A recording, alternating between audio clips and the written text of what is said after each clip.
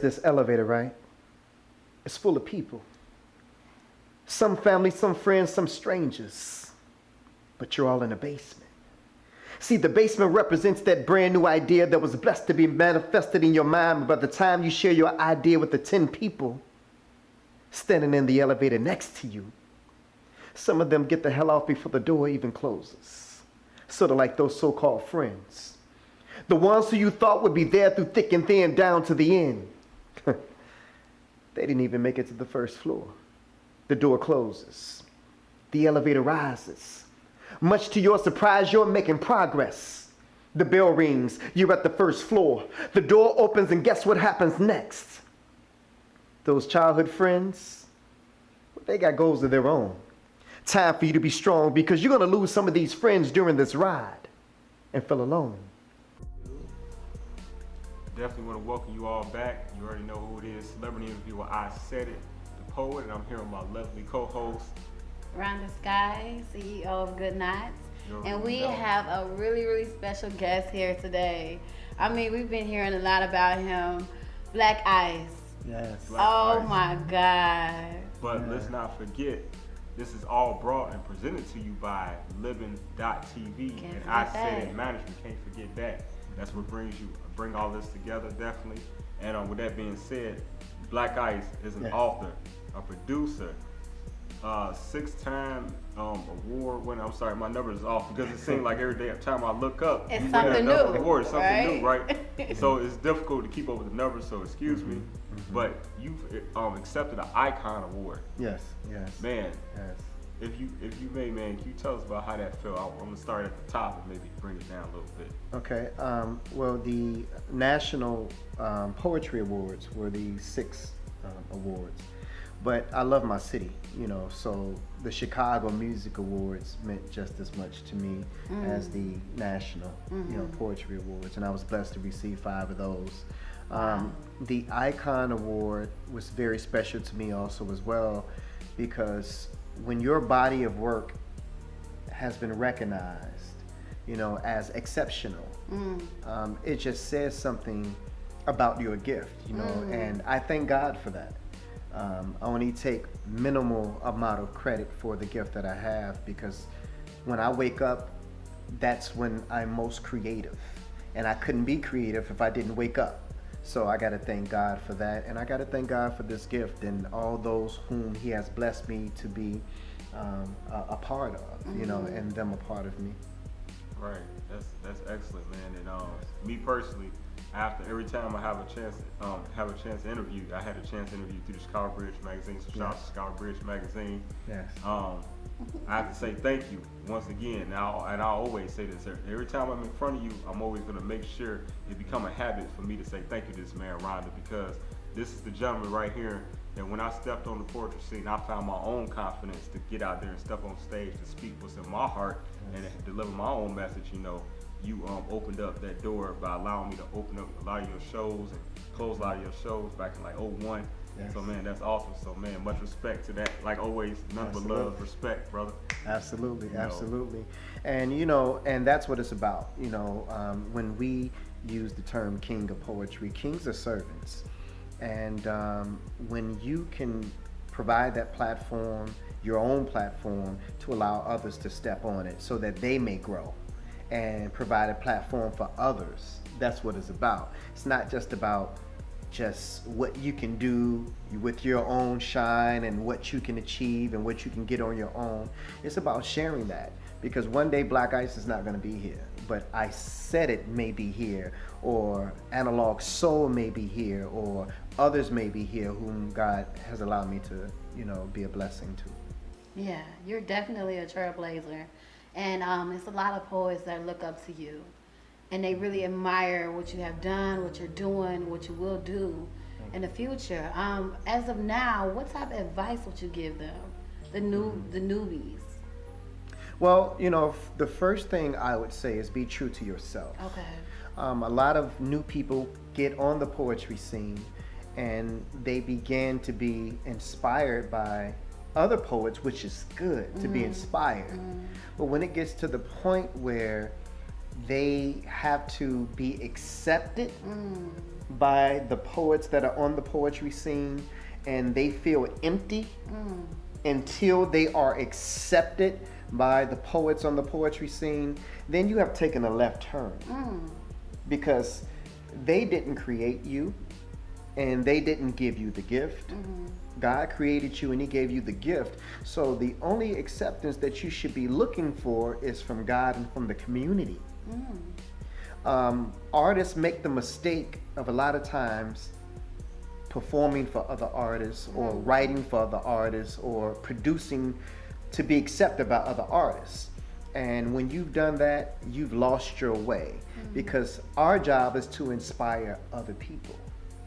And if you can come from a 9-to-5 job, never being exposed to poetry before, and I turn you on to this genre and make you a fan or make you a supporter, then I have done my job. But if I'm just performing for another artist to accept me and embrace me, then I've lost my way. That's powerful. Yeah. That's deep, and that's the truth. And getting in, I use that as a piggyback to, you know, and really happy that you made it here, because you was actually just live, like on another part of the world. You was just Facebook live doing your Truth Hour radio show. Yes. You want to maybe talk a little bit about that? Yes. Well, I created Poet Radio in the year of 2000. Okay. And so I have a radio station called Poet Radio. And on that station, we have about 9 shows. You know, it's not called Black Ice Radio. None of my shows is called Black Ice anything, because again, I want to make sure that what God has blessed me to create belongs to the people. So Poet stands for People of Extraordinary Talent. And so we have relationship talk shows on Thursday nights. We have the Bible show Truth Hour on Tuesday night, in which I host. And I started Poet Radio in 2010, about a year and a half after my son died. My son was 15 years old. He was diagnosed with cancer at the age of 13, and he died at the age of 15. And I promised God that if I couldn't save him, that I would do my best to try to save as many lives as I could that was out there. And in order for me to do that, I had to learn. I had to find out why God allowed this tragedy to happen in my life. And in researching why God allowed this to happen in my life, I found so many other things. I've always been exposed to the Bible. I've always been exposed to the Word. My mom gave me spirituality. My father gave me hustle and grind. So spirituality was always there. But now here it is, I'm learning things that I didn't know before. I'm like, man, I need to turn the poets on to this. So my platform became, let me take the people who are inspired by me and the people who follow me, let me take them to the destination of this word. And if my legacy is anything at the end of the day, I want it to be said that I brought people to God through my gift. Wow. Yeah.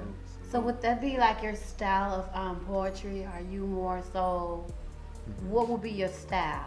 My style is life. I call myself a spoken word life artist. Love it. So Okay. I wasn't always spiritual, Okay. you know, so I do write about relationships. I write about fatherhood. I write about politics. I write about spirituality.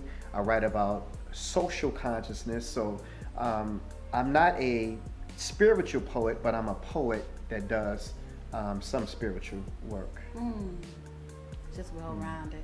I try to be, and that's to be fair. Yeah. Because see, I've seen a lot of these poets get up on stage, they talk about God, but then they get off stage and they hold grudges. Or they're judgmental. You know, but they hold the title Christian.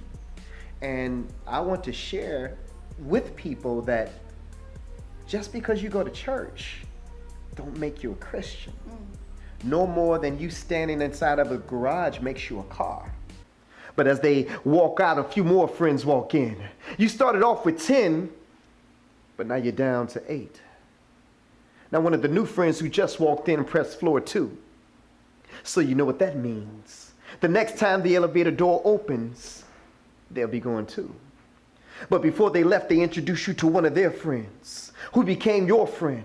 Then y'all became close like kin. The door opens at floor 2. You lose a few, but one man walks in and he becomes your boyfriend. And now we're down to 7. Now only 4 out of the 7 are the original occupants that you begin with. In all, there are 2 strangers. One cousin, one friend, your mom, one new friend, and a boyfriend. Now the elevator passes floor 3. Seems like life is finally looking up. But just as soon as you get comfortable, you're at the 4th floor and the door opens up. You're staring death right in the face. Quickly you step back. He reaches in his arm and unexpectedly takes your mom. Everyone in the elevator consoles you. But this takes an emotional toll on you and your relationship. Everything you ever believed in or ever knew about is in doubt. You become so emotionally cold that right before the doors close, your boyfriend walks out. Things that reflect being a Christian. And you know, that's what kind of upset me with a lot of the spiritual spoken word artists. On stage, they were one way, but when they got off stage, they were totally different.